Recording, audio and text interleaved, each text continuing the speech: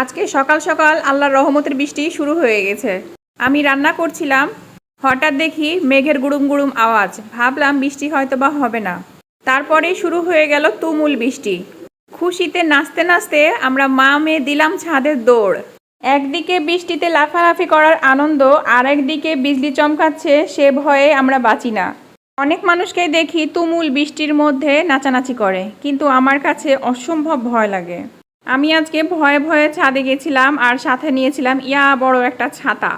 আর ছাতা নিয়ে গেছিলাম কারণ বৃষ্টির পানি মাথায় পড়লে যদি আবার ঠান্ডা লেগে যায়।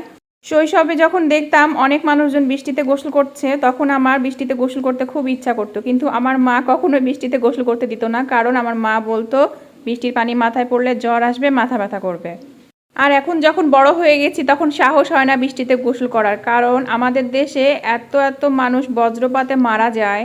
বজ্রপাতে মৃত্যুর ঘটনাগুলো দেখার পরে আমার সাহসে কুলায় না, কারণ আমি একটু ভীতু প্রকৃতির মানুষ।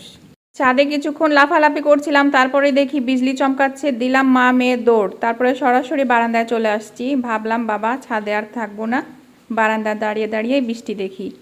অনেক জোরে জোরে বৃষ্টি হলে আমি বৃষ্টির পানিগুলোকে ধরে বোতলের মধ্যে সংরক্ষণ করে রাখি গাছে দেবার জন্য। আমার বাসায় রেইনি লিলি নামে একটা গাছ আছে, যেই গাছটা শুধুমাত্র বর্ষাকালে ফুল ফোটে। আর সেই গাছে যদি অসময়ে বৃষ্টির পানি দেওয়া যায় তাহলেও কিন্তু ফুল ফোটে। তাছাড়া গায়ে বৃষ্টির পানি দিয়ে চুলে শ্যাম্পু করলে কিন্তু চুল একদম ঝরঝরা ফরফরা হয়ে যায়। আপনারা এটা জানেন কিনা, এটা হচ্ছে আমার দাদির পরামর্শ। হঠাৎ করে যে এত উড়াধুরা বৃষ্টি হবে আমি বুঝতে পারিনি, তাই ঘরের জানালাগুলো লাগাতে পারি নাই। অতিরিক্ত বৃষ্টির সাপোর্টে আমার রুমের মধ্যে পানি চলে আসছে। আপনাদের কাছে বৃষ্টিতে গোসল করতে কেমন লাগে অবশ্যই জানাবেন, কিন্তু সবাইকে অসংখ্য ধন্যবাদ ভিডিওটা দেখার জন্য। আল্লাহ হাফেজ।